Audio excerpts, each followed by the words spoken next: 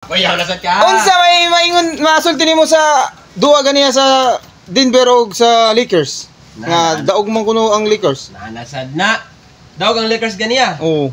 Gilata ang Denver. Gilatan. Unya ang Warriors giyano nagpildi sa Denver. Mao lagi. Wala nga pag Jokic. security ato. Wala Jokic, wala Murray. Giyano nagpildi ang Warriors.